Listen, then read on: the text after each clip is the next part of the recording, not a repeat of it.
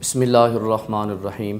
معزز ناظرین، آج جس عنوان پر گفتگو کرنے کی سعادت حاصل کر رہا ہوں وہ ہے حیائے حضرت عثمان غنی رضی اللہ تعالی عنہ۔ حضرت عثمان غنی رضی اللہ تعالیٰ عنہ شرم و حیا کے پیکر ہیں۔ دور جاہلیت میں نہایت پاکیزہ زندگی گزارنے والی شخصیت حضرت عثمان غنی ہیں۔ جب ہر طرف حرام کا دورہ تھا، شراب، زنا، بدکاری، چوری، ڈکیٹیاں، قتل و غارت عروج پر تھی، حضرت عثمان غنی رضی اللہ تعالیٰ عنہ نے دور جاہلیت میں بھی کبھی یہ کام نہیں کیے۔ شرم و حیا کے پیکر تھے آپ مالدار بھی تھے، آپ رحم دل بھی تھے اور غریب پرور بھی تھے۔ 34 سال کی عمر میں حضرت عثمان غنی رضی اللہ تعالیٰ عنہ نے حضرت ابوبکر صدیق رضی اللہ تعالیٰ عنہ کی دعوت پر اسلام قبول کیا۔ جب اسلام قبول کیا تو آپ کے چچا حکم بن ابو العاص نے آپ پر ظلم و ستم کی انتہا کر دی۔ اس کا اصرار یہ تھا کہ تو کلمہ چھوڑ دے، دین چھوڑ دے، اپنے باپ دادا کا دین تو اختیار کر، نبی پاک علیہ الصلوۃ والسلام کا دامن چھوڑ دے۔ مگر حضرت عثمان غنی رضی اللہ تعالیٰ عنہ پر اس کا ظلم و تشدد آپ کے پایہ استقلال میں کمی نہ لا سکا، اس کو ڈگمگا نہ سکا۔ حضرت عثمان غنی رضی اللہ تعالیٰ عنہ آپ کی زبان مبارک پر صرف ایک ہی کلمہ جاری تھا۔ آپ فرماتے تھے واللہ لا ادعہ ابدا ولا افارقہ، اے چچا تو جتنا مرضی ظلم و ستم کر لے، نہ تو میں رسول اللہ کا کبھی دامن چھوڑوں گا اور نہ میں کبھی رسول اللہ صلی اللہ علیہ وسلم سے جدا ہوں گا، اب دین اسلام کو میں نہیں چھوڑ سکتا۔ حضرت عثمان غنی رضی اللہ تعالیٰ عنہ کامل الحیاء والایمان ہیں، آپ کا حیا کامل ہے۔ ویسے تو سرکار دو عالم صلی اللہ علیہ وسلم کا ہر صحابی شرم و حیا کا پیکر تھا، مگر کچھ اوصاف اور کچھ خوبیاں ایسی ہوتی ہیں جو کچھ صحابہ کو دوسروں سے ممتاز کر دیتی ہیں۔ حضرت عثمان غنی رضی اللہ تعالیٰ عنہ میں حیا اس قدر کامل تھی کہ آپ شرم و حیا کے پیکر تھے۔ اس خوبی کے ساتھ حضرت عثمان غنی رضی اللہ تعالیٰ عنہ کی ذات موصوف تھی۔ حضرت ام المومنین سیدہ عائشہ صدیقہ رضی اللہ تعالیٰ عنہا آپ فرماتی ہیں کہ ایک مرتبہ رسول اللہ صلی اللہ علیہ وسلم گھر میں تشریف فرما تھے۔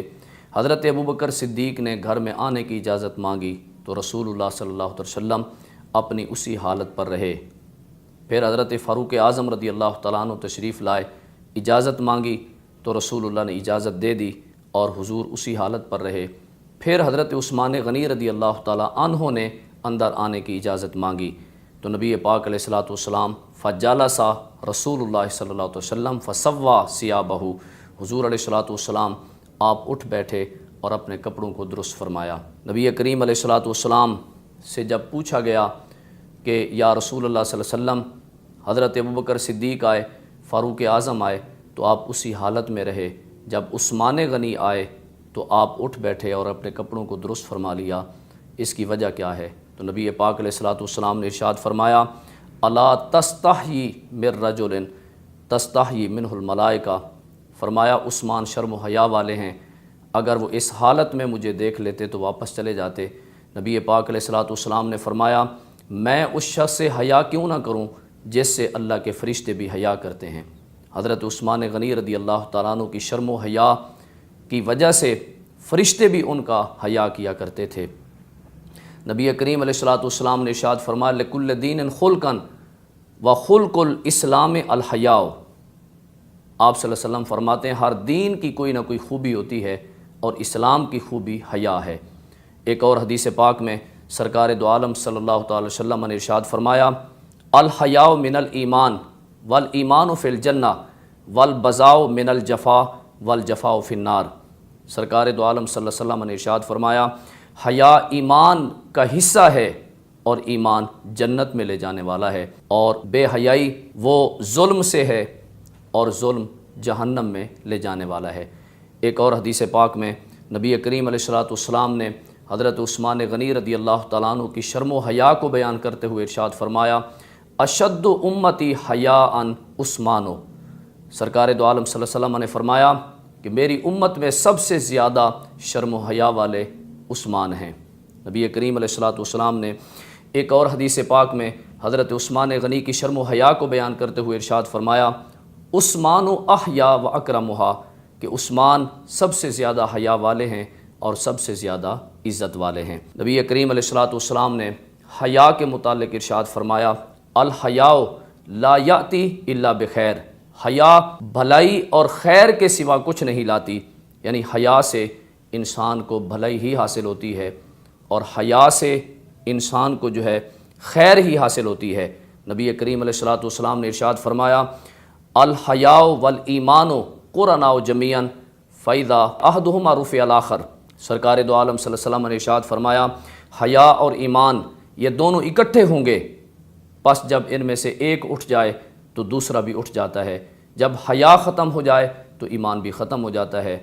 اسی وجہ سے نبی پاک علیہ الصلوۃ والسلام نے ایک اور حدیث پاک میں ارشاد فرمایا، اذا فاتک الحیاء فاصنع ما شئت، کہ جب تیرے پاس حیا ختم ہو جائے تو جو مرضی کر، کیونکہ انسان کو گناہوں سے اور برے کاموں سے، بدکاری سے، محرمات سے حیا ہی روکتی ہے، تو جس شخص کے پاس حیا ختم ہو جائے، نبی پاک صلی اللہ علیہ وسلم نے فرمایا پھر وہ جو مرضی کرے۔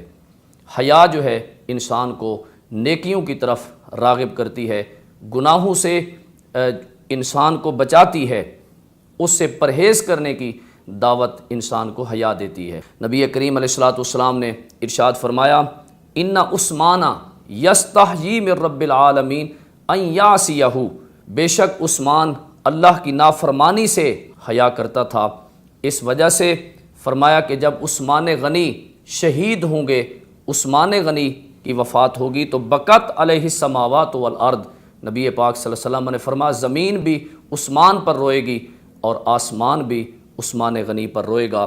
تو عرض کیا گیا، یا رسول اللہ صلی اللہ علیہ وسلم ھذا لعثمان خاصتاً، حضور کیا یہ عثمان غنی کا خاصہ ہے؟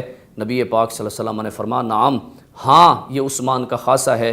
فرمایا اس لیے کہ عثمان غنی شرم و حیا کی وجہ سے گناہ نہیں کرتے تھے، اللہ رب العالمین سے حیا کرتے تھے، تو جب ان کی وفات ہوگی تو ان پر زمین و آسمان بھی روئیں گے۔